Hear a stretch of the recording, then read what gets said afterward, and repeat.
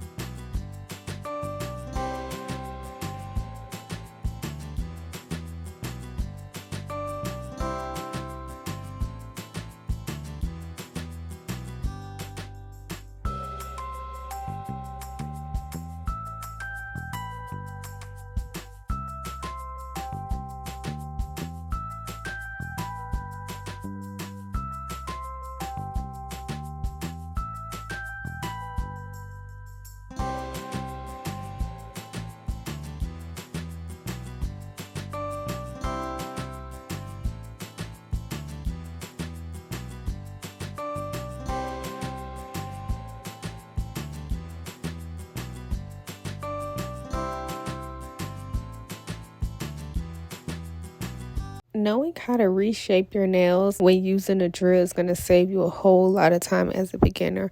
I used to be terrified of the drill or turning it up to a high speed because you know how it does that little spin around thing and does a whole 360 on the nail. Yeah. But once I learned how to just kind of rebalance the nail while I'm cutting the nails down, I have definitely saved so much time on the filing process. I know a lot of people tell beginners, don't reshape the nails. I do, especially when they're short. I'm not gonna lie. When they're short, I reshape them before I start laying acrylic, because my acrylic application has gotten so good to where it won't mess up the shape. Most people tell that to other techs, don't reshape it, because their acrylic application is not that well as a beginner, so all it's going to do is just mess up that hard work that you just did.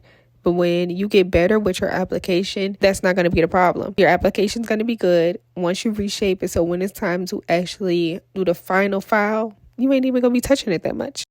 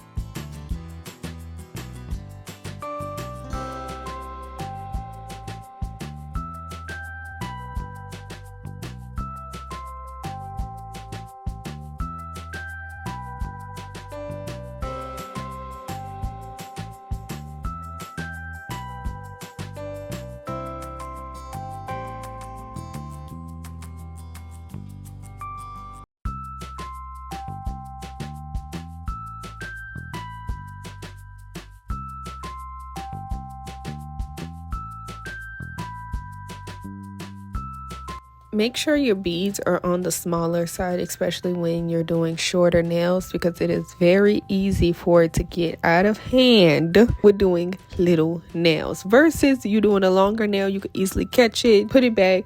With a shorter nail, it can get everywhere. Now your nail is looking wide, fat, and chunky. So definitely keep it small when you're trying to maintain that shape.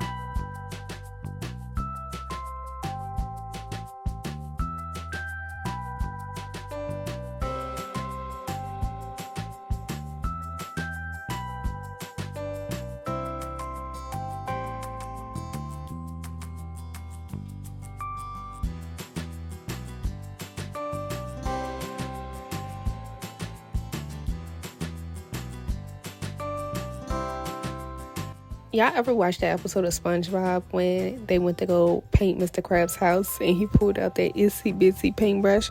That's how I feel when I'm painting black nails. Like, everything has to be precise. Like, you cannot mess this up.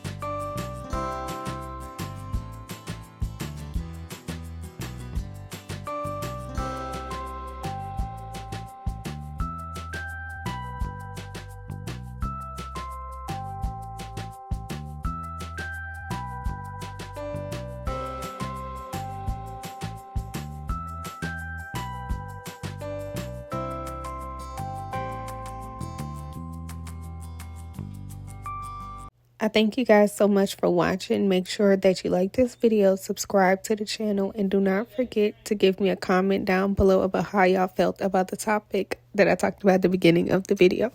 I didn't go into that much detail about my acrylic application or filing. You could check it out on my playlist right here, and I'm going to see you guys in my next one. Bye.